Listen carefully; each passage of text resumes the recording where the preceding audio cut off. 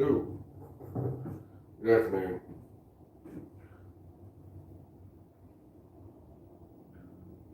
Hello. I want to thank everyone for being here, whether you walked in with a heavy heart or a hopeful spirit. I'm grateful you've chosen to join us. Today I want to talk to you about something that is running rampant in our world today.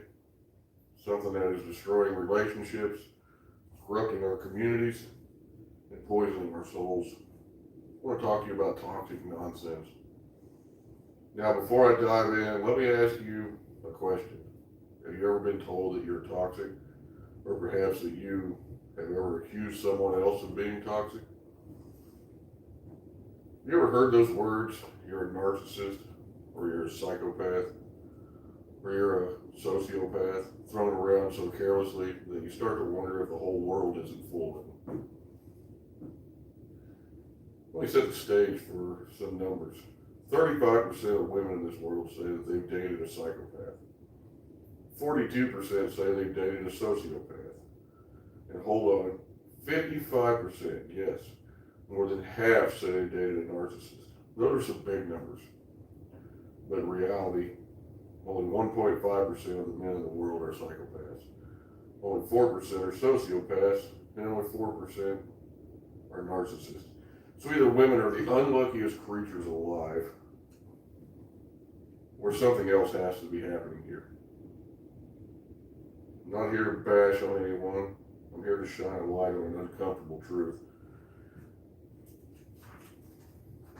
We have developed a culture that delights in labeling others, a culture that calls normal boundaries, standards, self-respect toxic. And this, my friends, is toxic nonsense. Let's break it down. Once upon a time, people understood that not every disagreement meant you were dealing with a villain. Not every no was a red flag. Not every refusal to tolerate bad behavior was abuse. But now we live in a world where if someone sets boundaries, they're labeled as controlling. If someone refuses to put up with chaos, they are called cold. If someone says, I won't tolerate your disrespect, they're accused of being a narcissist. This isn't just a problem in dating. It's a problem in friendships. It's a problem in families. It's a problem in workplaces. We've lost the art of honest conversation in this world. We've lost the courage to accept responsibility for our own choices. Instead, we cast blame, we label, we run from accountability, and that, church, is toxic. Let me tell you a story. There was a man named Mark. We'll call him Mark. Mark was a kind man, but he had learned through pain, through heartbreak, to set boundaries. He knew he couldn't save everyone. He knew he couldn't let people walk all over him. So when his girlfriend demanded proof of love, endless text, emotional displays, constant reassurance, he said, I love you, but I can't be your emotional punching bag. She called him a narcissist. She said he was cold, heartless, toxic. But all Mark had done was refuse to enable chaos. He wanted peace. He wanted calm. He wanted to build a future with someone who understood the value of mutual respect. But that wasn't what she was looking for at all. She wanted chaos and she wanted control. And when she couldn't get it, she called him names.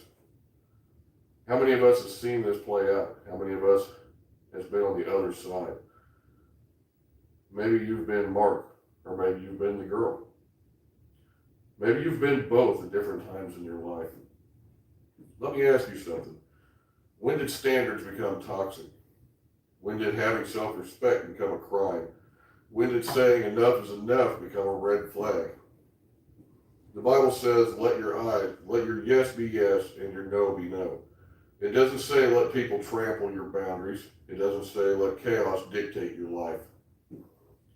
We need to reclaim the truth. We need to recognize the difference between genuine toxicity, real abuse and manipulation, cruelty, and the simple act of standing up for ourselves. We need to stop mislabeling people who refuse to put up with nonsense as monsters. And let me be clear, there are real narcissists out there. There are real psychopaths out there. There are real sociopaths out there. But they are rare. Far rarer than social media would have you believe. Not every ex-boyfriend is a narcissist. Not every man who refuses to be disrespected is the villain. The problem is when we call everyone toxic, the word loses its meaning. Real victims get lost in the noise. Real abusers hide in plain sight because the label is thrown around so carelessly. So what do? How do we break free from this toxic nonsense? First, we must take responsibility for our own actions. If every relationship you've ever been in has ended in some kind of disaster, maybe it's time to look in the mirror. Maybe, just maybe, the common denominator is not the other person, it's you. That's not an easy pill to swallow, but growth never is. We must be brave enough to ask ourselves a hard question. Did I contribute to the chaos? Did I demand too much? Did I mistake my partner's boundaries for coldness? Did I call someone toxic just because they wouldn't let me have my way?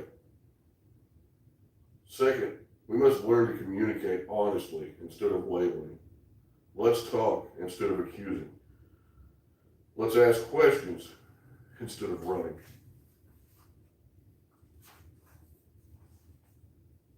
The first sign of discomfort, let's lean in.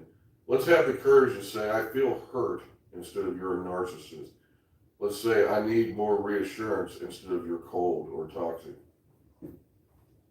Third, we must value calm over chaos. As men especially, we are called to be builders. We can't build anything with someone who is complete chaos all the time. We can't build a marriage, a family, a future, if every day is some kind of new storm that is thrown at us by our partner. We need partners who bring peace, who knows how to handle conflict with grace. If someone is always demanding proof of love, always stirring up drama, always moving the goalpost, that's not love, that's chaos. You can't build with that. You can only survive it, and that's not living. Fourth, we must stop enabling nonsense. If someone refuses to respect your boundaries, that's not love. If someone tries to control you with emotional demands, that's not love. It's okay to say no. It's okay to walk away. It's okay to choose peace in your life over drama. Jesus himself walked away from people who refused to listen. He didn't chase after everyone. He didn't preach. He loved. He healed. But he didn't let people trample him. Lastly, we must extend grace to others and to ourselves. We all mess up. We all make mistakes. Sometimes we cause chaos in our lives without even meaning to. Sometimes we hurt people because we're hurting inside ourselves. That doesn't make us monsters. That makes us human. We need to forgive and let the old grudges just stop labeling people in our life because of one mistake. We need to remember that everyone is fighting a battle that we can't see inside of them.